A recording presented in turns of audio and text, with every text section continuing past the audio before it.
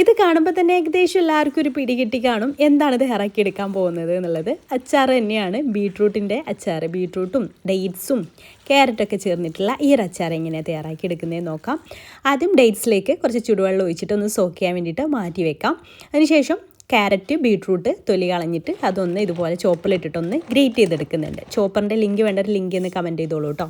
ഇനി ചുവട് കട്ടിയുള്ളൊരു ചട്ടി വെച്ചിട്ട് അതിലേക്ക് വെളിച്ചെണ്ണ ഒഴിച്ച് ചൂടായതിന് ശേഷം കടുക്, ഉലുവ, കറിവേപ്പില ചേർത്തിട്ടൊന്ന് മൂപ്പിച്ചെടുക്കുക. അതിലേക്ക് ഇഞ്ചി, വെളുത്തുള്ളി നീളത്തിലരിഞ്ഞതും 2 പച്ചമുളക് ചെറുതായിട്ട് അരിഞ്ഞതും ചേർത്തിട്ടൊന്ന് മൂപ്പിച്ചെടുക്കുക കേട്ടോ.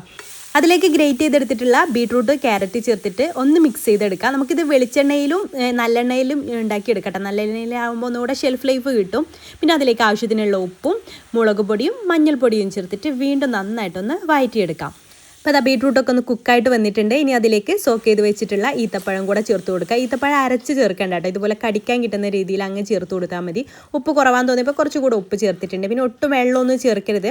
അതൊന്ന് ഡ്രൈ ആയിട്ട് വരുന്ന സമയത്ത് അതിലേക്ക് വിനാഗിരി ചേർത്ത് കൊടുക്കാം. പിന്നെ 1 ടേബിൾ സ്പൂൺ പഞ്ചസാരയും 1/2 ടീസ്പൂണ് കായപ്പൊടിയും കൂടെ ചേർത്ത് മിക്സ് ചെയ്തെടുത്താലുണ്ടല്ലോ അടിപൊളി ടേസ്റ്റുള്ള അച്ചാർ റെഡി. ഇത് ചൂടാറിന് ശേഷം ബോട്ടിലാക്കിയിട്ട് യൂസ് ചെയ്യാം.